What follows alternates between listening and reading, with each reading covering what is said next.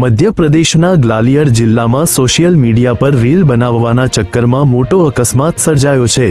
The legacy plaza નામની 7 માળની building Anil Jat અને તેમના સંબંધીઓ રંજના જાટ ગંભીર રીતે દાઝ્યા હતા। વિસ્ફોટ એટલો શક્તિશાળી હતો કે રંજના જાટ એક બેડરૂમવાળો ફ્લેટ સંપૂર્ણ રીતે નષ્ટ થઈ ગયો, જ્યારે બી બ્લોકના 8 ફ્લેટોમાં તિરાડ આવી ગઈ।